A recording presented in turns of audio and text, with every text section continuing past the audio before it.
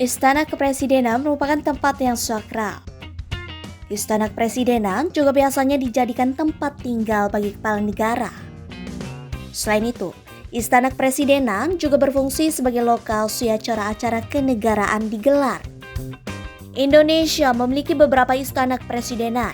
2 di antaranya berada di Jakarta dan berada di area kompleks yang sama, yaitu Istana Negara dan Istana Merdeka.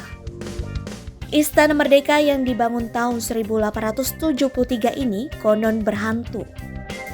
Memang sampai saat ini faktanya hanya 2 orang presiden yang pernah menetap lama di Istana Merdeka, yaitu Presiden Soekarno dan Gus Dur.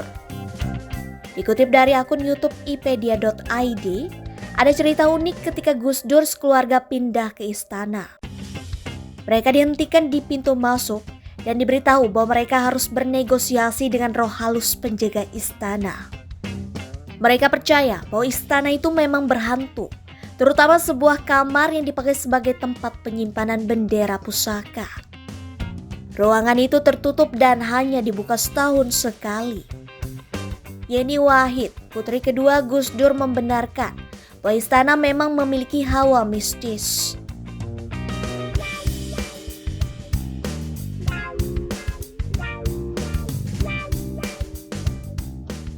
Pernah suatu kali, Gus Dur sedang santai duduk di kursi. Tiba-tiba kursi yang diduduki Gus Dur itu bergoyang kencang. Lalu Presiden keempat RI itu bicara dalam bahasa Jawa. "Sudah, saya tahu kamu ada, jangan ganggu saya. Kamu di duniamu, saya di dunia saya sekarang," ujar Yeni menirukan ucapan Gus Dur.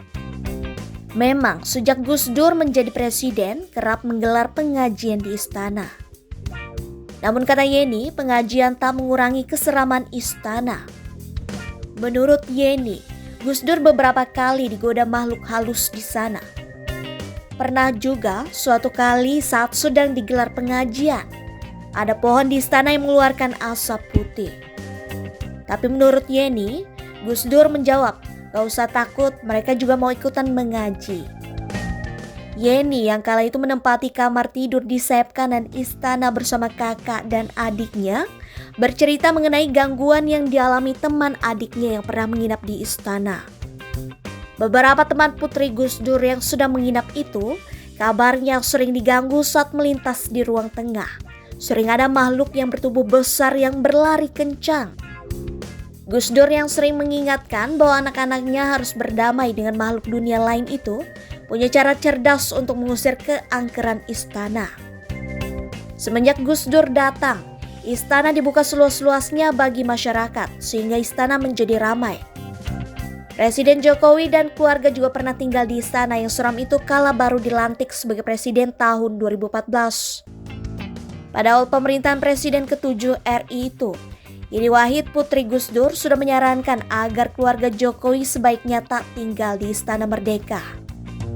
Kemudian, memang Presiden Jokowi dan keluarganya memutuskan untuk pindah dan memilih Istana Bogor sebagai tempat tinggal mereka.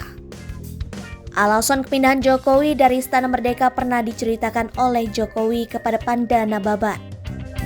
Politikus senior PDIP itu menceritakan kisah seram detik-detik Presiden Jokowi dan keluarga pindah ke Istana Bogor yang ditulis dalam bukunya. Pandana Baban lahir sebagai petarung, sebuah autobiografi.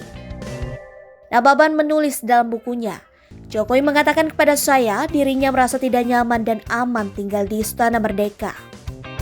Jokowi mengatakan bahwa dirinya tidak betah lantaran meja dan dinding di Istana Merdeka disebutnya bisa berbicara," cerita Nababan. Selain Jokowi, Presiden SBY pernah tinggal sebentar di sana sebelum memilih pindah ke Istana Negara dengan alasan yang tak diketahui. Alih-alih tinggal di istana, 2 presiden RI lainnya, Habibie dan Megawati, malah memilih untuk tinggal di kediaman pribadi mereka.